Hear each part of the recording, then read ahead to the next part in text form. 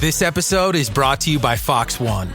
Watch all 104 matches of the FIFA World Cup live in 4K for just $19.99 a month with 3 days free. Build your own multi-view, choose up to 3 streams, and follow player spotlights. Stay on top of every moment with live stats, highlights, and instant replays. The FIFA World Cup, streaming live on Fox One. Offers are subject to change. See fox.com for complete terms and conditions. Need a laptop that's built to perform and designed to last all day? Select Windows 11 PCs starting at $499.99 are now at Best Buy. Learn more at bestbuy.com. Best Buy. Imagine that.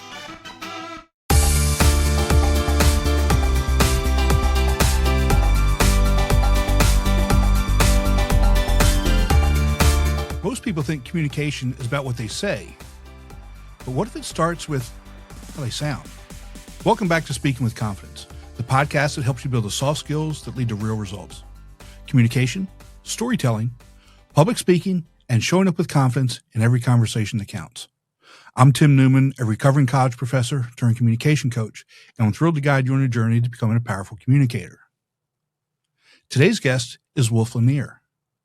Wolfe is a Somatic Voice practitioner and researcher completing a Master of Fine Arts in Voice Studies at the Royal Central School of Speech and Drama.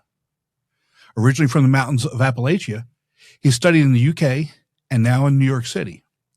Wolfe's journey has taken him through musical theater, yoga teaching, corporate coaching, and deep somatic practice, all converging on one central question. Why is there a gap between who we are and how we come across? Wolfe, welcome to Speaking with Confidence. Hi, thank you for having me. I'm excited to be here. This is going to be a lot of fun because you approach things from a different perspective than most people, which I love. But really, before we get into this, you've got a great story. You grew up in Appalachia. You studied musical theater. You trained in yoga, and now you ended up doing somatic voice research. How did this come about? Because that's not really the traditional route. Yeah. The story is interesting. I mean, as a kid, I was very into theater. That's what I did growing up. That was my extracurricular activity. And so much so that I was like, you know what? I'm going to do this as a career. Mm-hmm. So I went to musical theater conservatory and singer, actor, dancer, the whole thing. However, when I got to college, I became very self-conscious in my performance abilities. I developed a massive sense of stage fright because I was being graded. I was being marked for me, for performing. And I had this intertwining belief that I, as a performer, was who I am as a person. And so this really took a huge toll on me in college. After I graduated, I moved to New York City and I was in various musicals, tours, this, that. And then the pandemic happened and all that work went away. I was unable to perform and I was at home. I moved back to North Carolina, to Appalachia, and just trying to figure out what to do with myself because I just couldn't perform anymore because of the lockdown. And I found a company in New York who did public speaking training. And I knew that I had all these skills as an actor to help people present better.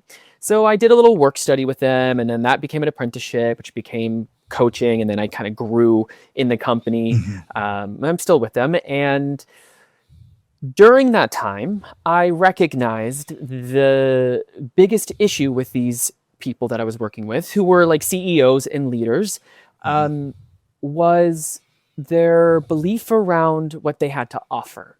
Like this thing, like they couldn't offer enough. And they didn't believe that they had the credibility or the sensibility to be able to guide people or to manage people or to open their mouth. You know, there's some people who struggle to even order a coffee. It was like locked. Their body was locked. Yeah. During all of this, you know, being in New York City, I was doing yoga a lot. And I was like, you know what? I can see how this work just blends. It comes together. And so I became a yoga teacher and did that on the side and had all these gigs. And then finally was like, there's a marriage here. There's a world where these things exist and I need to figure it out deeper. So I found myself going to London to study at the Royal Central School of Speech and Drama, researching now what I research, which is called vocal congruence, and that is the alignment of your sense of self to the sound of your voice. And so now that's what I do. That's the journey. Yes, it's so interesting, and especially as we get into the whole idea of vocal congruence. Part of your story that really kind of resonates not only with me, but I'm sure with a ton of people, is the idea that, when you were acting on stage, that became who you thought you were, and how much of our self-talk goes into that, and we judge ourselves because we're actually being judged on our performance, and then that becomes our self, our ego, our whatever you want to call it. And if it's not good, if somebody doesn't like it, then, like you said, I'm not good enough, or I'm not smart enough, or I'm not this, or I'm not that. And then that leads to the people that you're working with, who people lock up who can't order a coffee. Yeah, exactly.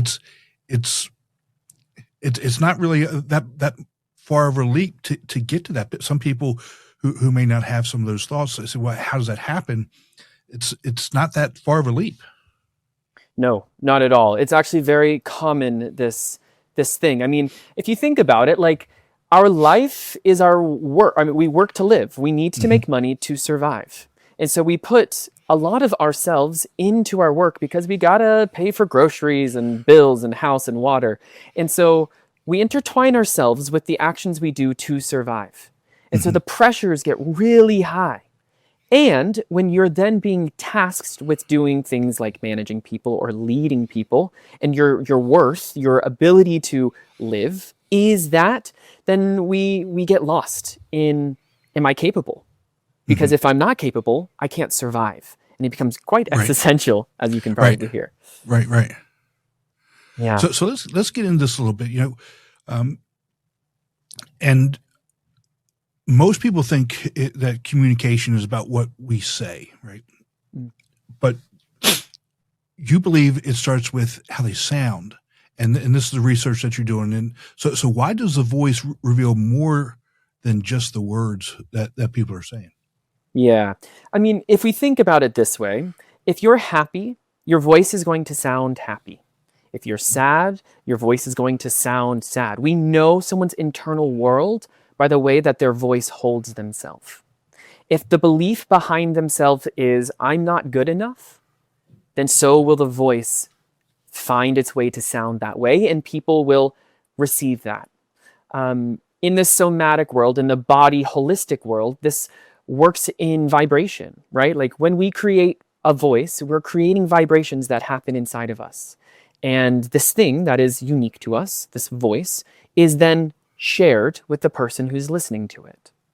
And so if we're not connected, if we're not aligned to this thing that we're giving people, our voice, our words, our connection, then there's a mismatch. We're not together. We're not having a conversation.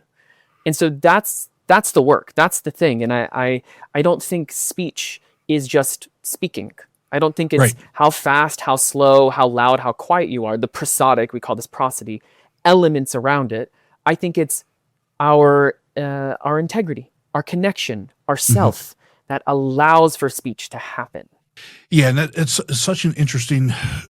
Starting a business can seem like a daunting task, unless you have a partner like Shopify. They have the tools you need to start and grow your business. From designing a website to marketing to selling and beyond, Shopify can help with everything you need. There's a reason millions of companies like Mattel, Heinz, and Allbirds continue to trust and use them. With Shopify on your side, turn your big business idea into... Sign up for your $1 per month trial at shopify.com/special offer. Concept to wrap your head around. I did a solo podcast recently about upspeak. How our voice raises when we're not sure of ourselves and we make everything sound like a question, and how that is perceived by the people that we're talking to, of that this person isn't confident about what they're saying or talking about, and that's just one small level of the research that that you do and that you're talking about. Is that fair to say? Yeah, that's fair to say. I upspeak to me, if we want to like use that as an example, is a byproduct of a lack of assuredness. Right. If I'm not sure of what I'm saying, my voice is going to reflect that. But why am I not sure of what I'm going to say? And that is what I'm curious about. Like, what is it? Let's get to it. Because then if we understand that, then we won't have the upspeak. We will have accepted this thing that is tough for us. And the voice will then shift. Yeah. Yeah. And I love that you just, the way you just said that, because figure out what it is and get after it. You know, figure out whatever that problem is, whatever that issue is, whatever it is, and address it. You know, I was given a keynote last week, maybe a week. It's almost 2 weeks ago now, and I had a question from the audience about imposter syndrome, stage fright, you know, these types of things. And I said, you know, first and foremost, it's different for everybody. Everybody comes at whatever they do in their own separate way, right? You know, it may be the self-talk. You and I may have the same self-talk, but how we got to that self-talk is more than likely very, very different. And we have to address where that actually self-talk comes from and why it is individually before we can just start addressing that imposter syndrome. Because it's you can't just say to somebody, be confident. Go stop and be confident. Stop and start speaking like you believe what you're saying. It's not that simple. You have to, I love that you say you have to go back and truly address whatever that issue is to be able to move forward. Yeah, you do. And I think it's Adam Grant, someone that I really look up to in like the industrial organizational psychology sphere. And this is very paraphrased, but he said something around imposter syndrome that's like, imposter syndrome is when other people believe in you more than you believe in yourself. And that really makes sense to me in how we connect to our talk, how we speak. And it's allowed me to think about how what we say externally also reflects in the way that we think internally. Like, how am I talking to myself? Am I being kind to myself? And if I am being kind to myself, I can be very assured that when I speak out loud, that it's going to be of kindness. But if I'm bullying myself, if I'm saying, oh God, I'm not good enough, I can't do this, then I'm going to speak like that. I'm going to have that as an undertone to everything that I say, you know? Yeah. And it's so true. I think most people are our own worst critics all the time. Yeah. Now, obviously, there are some people that don't have that, but I'm talking about in generalities. You know, just like you said, you know, you'd been acting and performing in stages in high school, and then you get to college, and all of a sudden, you feel like you're being judged even harsher, and that becomes now your self-talk. That becomes your block. You know, my story is, you know, I was in the military. It was leading people, but I got in front of my basic human communications course and threw up. Where does that come from? You know, new pressures, and we become our own worst critics, and then that becomes so much harder to overcome than if we were to not have that self-talk, because it becomes constant. It becomes a 24/7 type of deal, as opposed to having a one-on-one with somebody and say, okay, go work on this one thing, right? Yes, it's constant. It takes a practice. And I think that public speaking and communication is a practice. And we have to set up the parameters for that practice. Because if not, it's just a thing that we do and we expect it to happen for us. But kind of going back a bit, I find it really admirable that this was your case. You threw up when you were taking this course, and then now here you are leading a podcast and keynotes and talking to people. And I think that speaks to the ability to work with the self, and how when we do work with the self, deeper level self, we're able to transpire. We're able to get to a different place, or the thing that we want to do. So this is, I mean, you're a great example of all of it. Well, I appreciate that, but you know, I joke about it now. You know, at times, you know, because if you know people say, you know, I ask you, know, what's the most embarrassing moment? and I say, well, here's mine. And everybody, I mean, I'm not that mine is worse than anybody else's, but when you start to compare things and look at it, getting from where I was to where I am, it didn't happen overnight either. It takes work. It takes practice. Like you said, it takes a commitment to not only wanting to be better, but a commitment to doing the things that you actually need to do to get better. Because a lot of people want to get better, but they're not willing to do what they need to do to get better. But why do they want to get better? Why do they want to be good at this thing? Like that is always a question that I have with my clients. Yeah. Uh-huh. It's like, so why are you doing this? Why do you want to speak in front of people? And everyone has a different answer, obviously, but a lot of people just don't know why they're doing it. And so it's just like, I'm doing this thing and it scares me.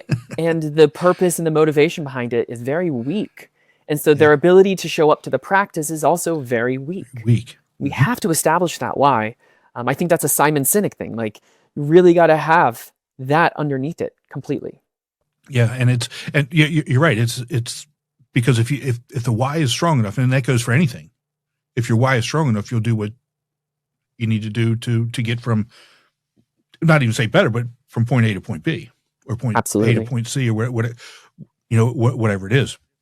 Yeah. So let's get into the idea of vocal congruence, and what is it, and how is it quietly impacting how people show up every day? Yeah. So vocal congruence, just to define it even further, is the alignment of your sense of self to the way that you sound. So if we were to find examples, we can think about it as an aging voice, for example. Someone who has aged in their voice, it's called oscillating. The larynx, the cartilages start to harden. So the movement of the voice changes. So the sound of the voice changes. And who we are inside doesn't quite match the sound of the voice. I think that's a nice example. Other examples could be gender-affirming voice work, injured voices, so on and so forth. Yeah. And what happens is when we're not congruent, when we're not aligned, is we start to live in a dysphoric place where I open my mouth to communicate something that I need, even that if that's some coffee at a coffee shop, but it's not me that's coming out of my mouth. It's a different sound of something that I just don't relate to. So now when I speak, I feel disconnected. I feel separated from me. In my research, I worked with someone who is Korean. She's living in the UK, and her first language is Korean, and she has a Korean accent living in the UK.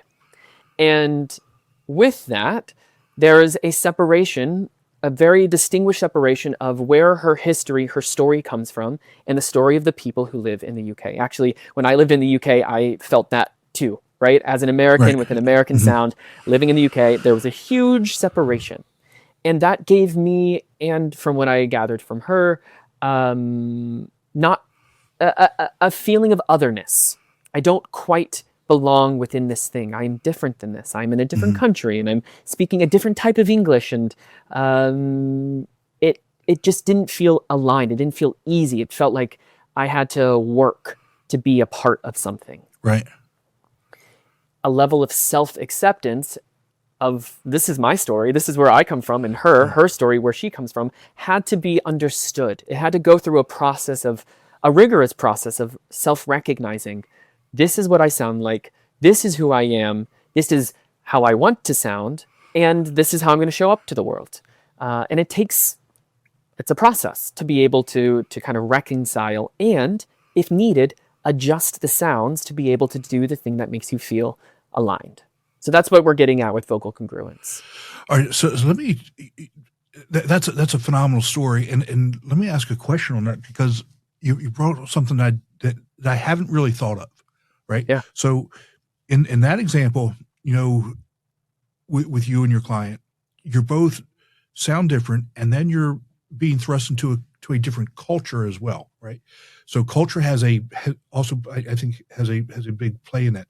But what about somebody who isn't in a different culture? Let's just say I grew up in the Mid-Atlantic region, Baltimore.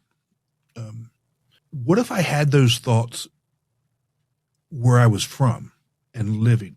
How does that, because it's got to happen, right? People have got to, those thoughts have, I'm not crazy, right? Those things have to happen. Yes, of course. And in my research that I just did, I worked from someone who is from Kentucky, and she is PhD, very well learned. And she has a Kentucky accent, if you will, recognizable. Okay. Right. And this accent is something that she is explained to be quite limiting to her, making her feel like she is then less than all the other people who don't have this particular accent. And accent bias is a huge thing. This is researched a lot in the whole accent and dialect world. And something that we talked about that's really important is what makes her story unique and how her voice reflects her unique story.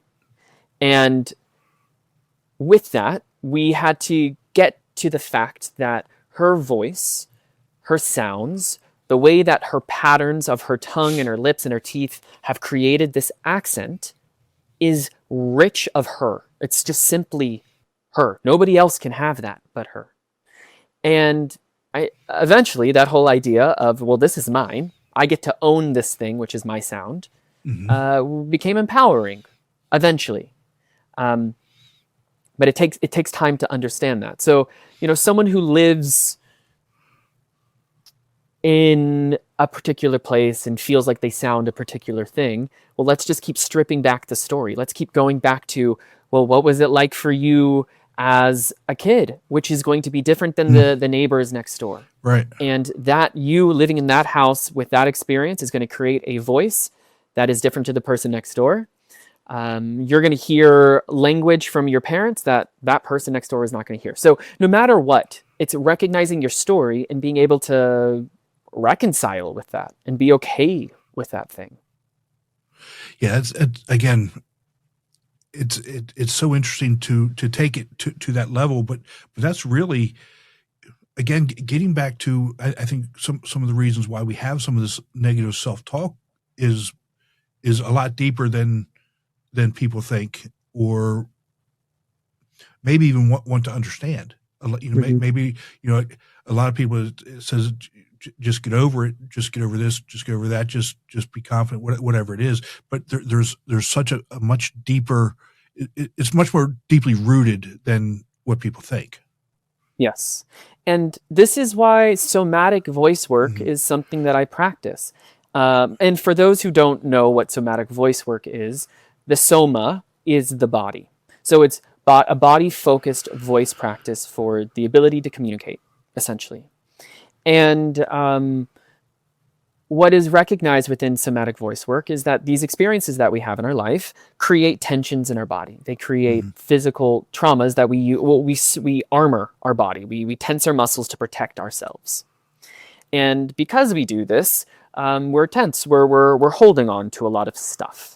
And, we can go through the process of, just breathe, get over it, I'm going to be okay, in our mind, all we want. But the body is going to hold the tension regardless. Yes. It takes focusing on the whole thing to be able to release enough to feel the flow, to feel the ability to connect with other people, because it's a vulnerable thing. And when we feel vulnerable and not safe, we armor, we lock up. So we have to understand the safety, allow the vulnerability to be okay, and now we open up. I mean, I'm making it sound a lot more simple than it is. It's a big process. Yeah, but you're breaking it down so people can actually understand what's actually happening, right? Because they don't think about it like that. And just some of the things that you just said made me start thinking about some other things and other people that I've spoken with. And I'm going to hook you up with somebody who I think you've got some good synergy there. So remind me at the end of this podcast, and we're going to leave this in so there's proof, and I'm going to send it to you. Thank you. I joke with people. That's how I deal with things. I joke and I make light and self-deprecating humor. And I say I've got a face for radio and a voice for silent movies. And they say, well, I love your voice. And I said, well, it's not my voice, because what I'm saying is people don't really want to hear from me. They want to hear from you. They want to hear from you. So but a lot of times I think it's about my voice. But what's actually happening psychologically when somebody says that they hate the sound of their voice? Yeah, it's a few things. The first thing is we create this perceived idea of how we should sound by society's expectations. That could be sounding masculine because I'm a man. That could be sounding goofy because I identify as being the funny one. That could be all these things that we have self-identified with. And then we go and we listen to our voice, or you're being very vulnerable by using a podcast, right? You're hearing your voice back probably all the time. And there's a potential mismatch. I don't know. I can't diagnose this, but there's a potential mismatch behind what you perceive that you want your voice to sound and how you're then reflecting that sound, how you're hearing that sound back. So psychologically, this is one theory, and there's so much, and I'm not a psychologist. I just study something psychological. But I think that the more that we start to accept the sound, the variations of the sounds that we have, and kind of going back to the intentions or the things that we put into our minds that allow the sounds to be what they are, the more that we'll understand the complexity of the voice. It's a really complex thing that comes out of our mouth. It's super complex. So yeah, I think it's just that. Not just that. I think it is that. Yeah, and it's when I do the podcast, whether it's this one or whether it's a solo teaching one, and I go back and I listen to it. And I think we all do this at times. The 2-week pay period, invented in 1938 and still making us wait until daily pay, where everyone can access their money on demand. This is the future of pay. Learn more at dailypay.com. Transfer fee may apply. I wish I would have said it this way, or I wish I would have, put an emphasis over here, or whatever it is. And I at least for me, I think if I do those, if I were to have done those things, I would have either made the point stronger, or maybe not as much emphasis on this and more emphasis on that, whatever it is. And I've got to the point, at least for me, my voice is my voice. I know some people, it sounds like it's, fingernails on a chalkboard, but I joke in that manner, but it's for me, it just is anymore. Like you said, I've come to the point to accept that this is who it is. This is who I am. And this is the message that I'm trying to help and convey people with. But again, it took work. If you go back and listen to some of my first episodes, some people may say even this episode is not so good. But if you go back and look at some of the first ones and compare them, to the sound, to the comfort level, to the flow of things, it's about doing the work and getting better at sharing messages. Yeah, no, I think that's really important to say. And I think that, something that I'm reflecting on is like relational experiences, right? Like when I'm in a heightened state, when I'm emotional and I'm confused and not sure of what I'm saying, then my voice isn't aligned with me. It might go like, I don't know. It might do a whole backflip because I inside myself am also doing a backflip. Right. And it's interesting because as the listener, we hear that and we're like, woof, there's something going on. But then we also think, woof, wow, there's something going on. And we hear that, with some compassion, right? We hear that with, oh man, he must be going through something right now.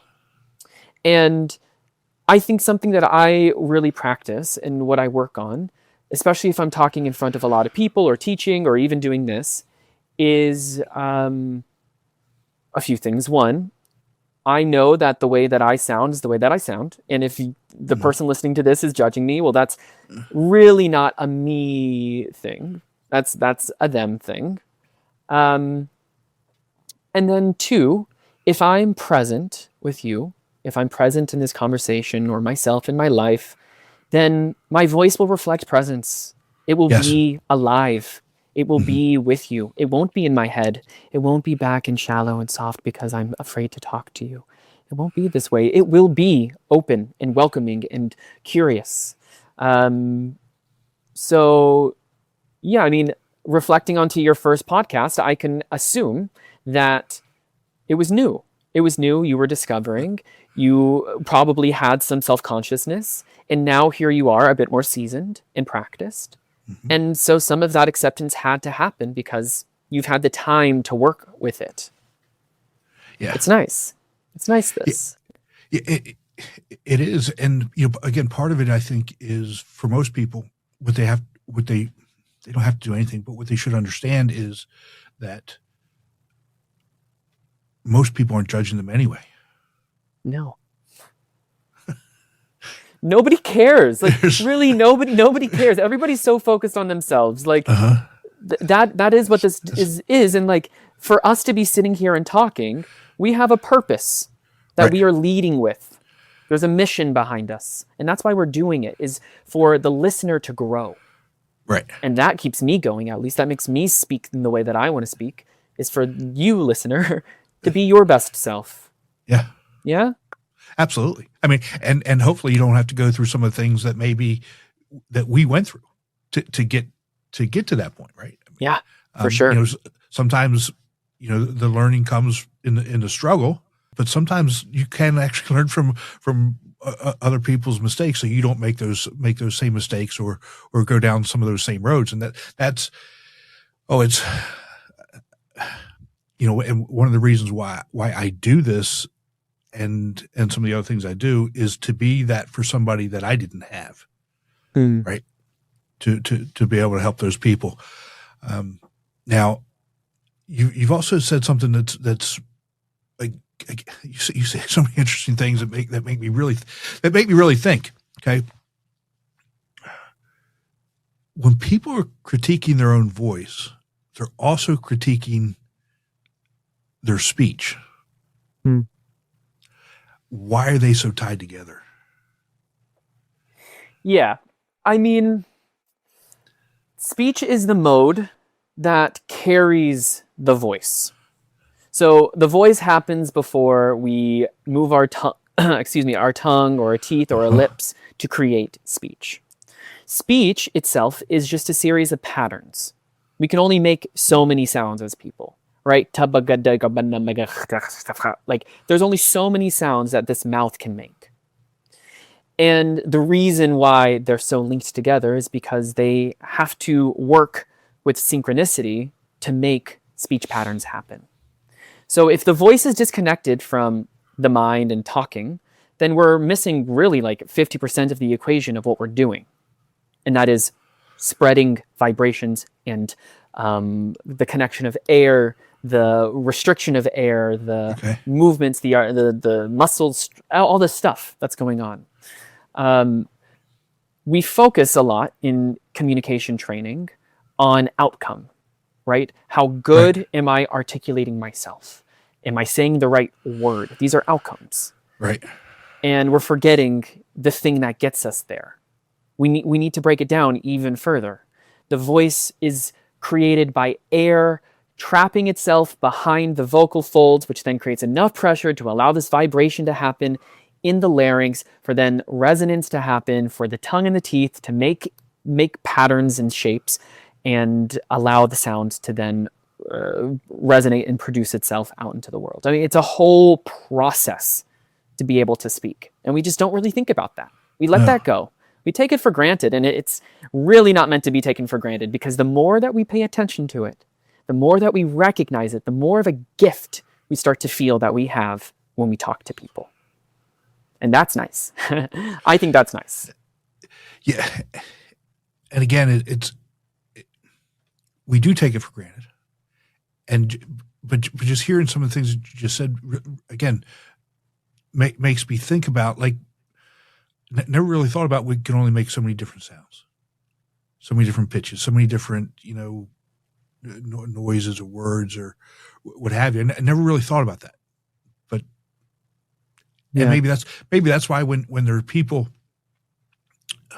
I'll just use a music reference, or when we hear people that can sing really well, or take Keith Urban for example. When he talks, he has his Australian accent, but when he sings, it's not there. When you have people like rappers who do the beatbox stuff or those types of things, that's an incredible skill that, again, most people can't do. Or you have, I just go back to music. Opera singers who can hit pitches and who can sing notes or do things that 99% of humans can't do, and we take a lot of that for granted. We do, and it's phenomenal. It's a phenomenal thing that we can do, and we get to shape the sounds. We get to explore the sounds. I mean, so many people, when I'm working with them for the first time, I'm asking them to hum, and there's something so blocked by that. Like it's like freaks people out to just explore their voice, the thing that they use every single day to get the thing that they need. I need milk at the grocery store. And we're doing the same thing, but now we're just taking the words out and we're just going, and that's really scary for people. It's amazing. It's an amazing thing. It really is. And how does ego come into play? And a lot of people think that ego is a bad thing, and in a way, depending on how you look at it, it obviously is, right? If you make everything about you, but how can ego actually help someone communicate better? Ego, to me, keeps our feet on the ground. Without ego, we become lofty. We become balloons, just float up and up and up. Ego is a nice thing because it keeps us human. It keeps us connected. It keeps us with each other to some degree. Too much of it, obviously, we become too. I don't know. You can fill in the blank. Yeah. The thing with ego, though, is that we start to go into the world of perfectionism. Like, what does it mean to be a perfect speaker? And who is that perfect speaker for you? And in speech, to me, we have 33 days, 33 episodes, no off switch. From the goals and the glory to the politics and the problems of the World Cup. If you want soccer analysis from a podcast that's been over-analysing the game for more than 20 years, then this is it. Join me, Max Rushton, and our expert team of soccer journalists every day of the tournament. Can England end 60 years of hurt, or will this be another year of falling just short? Probably. World Cup Daily, listen wherever you get your podcasts, or watch full episodes on YouTube. So many references of what is good and what is bad and what is this and what is that. And everybody's reference is different. So the ego latches on to something that they have found attractive, and they strive to be something like that person. However, as we've talked about before, we all have different instruments and different faces and bodies and this, that, and whatever. And we will never have the exact same voice as the person next to us. We're just structurally different.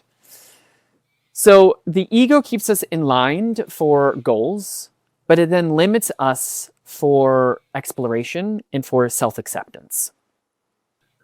As a theory, that's to be worked on and discussed further, I think, but a nice starting point to think about. Yeah, but I think you're absolutely right. The whole idea of ego and how we view ourselves. And if we, go back to what you said just a couple minutes ago about, why we do this? We do this to help people. Yeah. Right. And if our why is about us, then we're not actually helping people. It's true. If we make our why about other people and helping them, then I think that's something natural that keeps our ego I'll just say in check or grounded to be able to do the things that we want and need to do to be able to help other people. Otherwise, there's a saying that the more you help other people, the more you're going to be successful yourself. And I think and this goes back to communication, because to begin with, if we're communicating and we're always making the communication about us, then it doesn't really matter what words we're saying, what sounds are coming out of our mouth. We're not actually helping the audience, or we're making those connections. To me, communication is about connecting with other people and helping them. Yeah. Yeah, and as you're saying, the moment we start to get too wrapped up in our minds and we make it about us is the moment we lose the person we're talking to. Yeah. They disconnect. They go away. So if we want someone to stay with us in a conversation or communication or anything, we have to focus on our connection with them. Not even to them, but with them. With them. Creating something with them in the conversation. But the emotions, they override. They're locked in our body. They're taught, they're learned, and to be able to do this well and at ease, we got to unlock it. Yeah. Got to understand it. Yeah. And I love that you said it's not to them, it's with them. Communication happens with, doesn't happen to. That's two-way street. It has to be that way for it to work. Really all the way around. Kind of maybe a little bit off topic, but how do you see the different generations? A lot of work that I do is with college age students, Gen Z, maybe the younger millennial generation. How do you see their communication patterns compared to the older generations, like the older millennials, the Gen X's, like myself, and what's the good that you see, and what's the trouble spots that you see? Okay, yeah, that's great. I think we were just touching on it a bit. The newer generations, younger generations, are in search for collaboration. There's a search for respect and equality that is going on with Gen Z, I would say, and millennial to some degree, but more Gen Z. And what I notice, especially as I'm teaching, is the more that I hold space for collaboration and togetherness, the more willing that they're able to contribute. The moment that we start to get authoritative or separate the roles of teacher to student, there can be a higher level of disconnect. However, we have to keep our boundaries as teachers and educators, and there does need to be a bit of a separation just for safety, but also how do we create a space where we're creating together? That's being craved. And I think that's being craved because a lot of our life is on the phone now. We're not actually building anything together. And we have this chance when we're in work or teaching or whatever to connect. And something that I experienced when I was in school is the authority to student situation, where I was then I feared my teachers. I was like, okay, they're going to grade me, they're going to judge me, they're going to do whatever, and I checked out. I couldn't handle that sort of dynamic.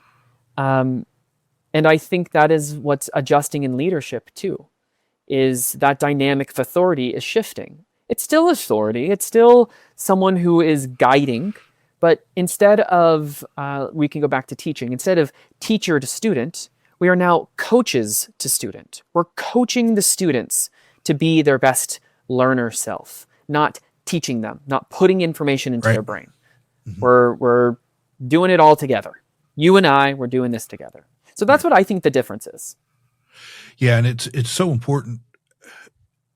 I tell people I made two major shifts throughout my teaching career, and one of them was realizing that I wasn't, when I realized I wasn't connecting with students like I used to, and to me it always comes down to, building trust and building connection. If you build trust and build connection, that interaction or that teacher to student line, I wouldn't say it gets blurred, but the student is more open to learning. The student is more open to collaboration, or I'm not even going to say criticism, but you know what I'm talking about. Growth. And me as the teacher or professor is more open to listening to different points of view. Just like anything else. If you trust somebody and you're connected with them, even if they have a different point of view than you do, you're more open to listening to it and hearing it than if you don't. No, you're good. Go ahead. Yeah, no, I was just saying everybody right now is craving respect. Like, we're all just looking to be respected, and I don't think that age deserves any sort of disrespect. A younger person can learn from an older person, and an older person can learn from a younger person. And we all just have to create this respect, because if not, nobody's going to listen to anybody. And what's the point? It's where we are now. It's where from a societal perspective, that's where we are. Yeah. Because you either agree with this or you agree with that, and if you don't agree with the other side, you're not listening to them, and that's the problem. There's no respect. There's no listening. There's no room for disagreement or growth or learning. I agree. And I don't go down that road, but at least here, at least with us, it doesn't matter. If you're ever talking to me, they're always open to listen, always open to hearing a different perspective, because you may actually learn something. Anyway, let's get back to better, more fun stuff. What's one thing someone that's listening today that's something simple that they can do immediately to improve how they show up vocally? Yeah, I think I said it already, and that's going to be humming. I challenge people to hum. Hum if you want to do it alone, hum when you're in front of people, but get vulnerable with your voice. Get vulnerable. Do things that you would never do regularly with your voice. If that means singing a song, sing a song. If it needs to be in your shower alone, sing that song. But get used to the fact that you have this thing that is there to support you.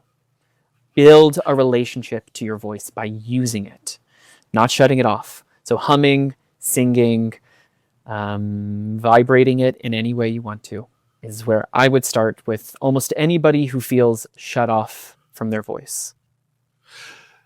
That's awesome. And I remember, when we did our pre-interview, we did that exercise, and it was, you may feel weird doing it, but after you start doing it over and over again, you're going to feel more comfortable. It's like anything else, right? The more you do something, the more comfortable you're going to be with it, the better you're going to be with it, the easier it's going to sit with you. Yeah. Yeah. So where can people connect with you, and what's the best place for them to start if they want to better understand their voice? Yeah. So I have some socials. My Instagram is wolfe.lanier, which Wolfe with an E at the end, .lanier. I have LinkedIn, which is also my name. And then my website is just wolfelanier.com. And hit me up if you want to work on this kind of stuff. And I recognize that everybody has a different need with this, where everyone's coming into it with a different angle. And at this point, I've heard a lot of the angles, so I'm sure I could hear a different one. But I've heard many of these angles. So come and let's talk about how voice can support you in your communication and your speech and your performance and your confidence. And hit me up. I'm even happy to give out resources to anybody who walks into my door, just as a place to launch. Many books, many things. Well, thank you so much for spending some time with us today. And I love this conversation, and the whole idea to me is, especially, when we approach it from a different perspective like that, very insightful. And some would say making me think is a good thing. I would say making me think is, I probably need to do more of that. So thank you so much for this. And we'll talk to you soon, bud. Of course. Thanks for having me. Be sure to visit speakingwithconfidencepodcast.com to get your free ebook, The Top 21 Challenges for Public Speakers and How to Overcome Them. You can also register for the Forming for Public Speaking course. Always remember, your voice has the power to change the world. We'll talk to you next time. Take care.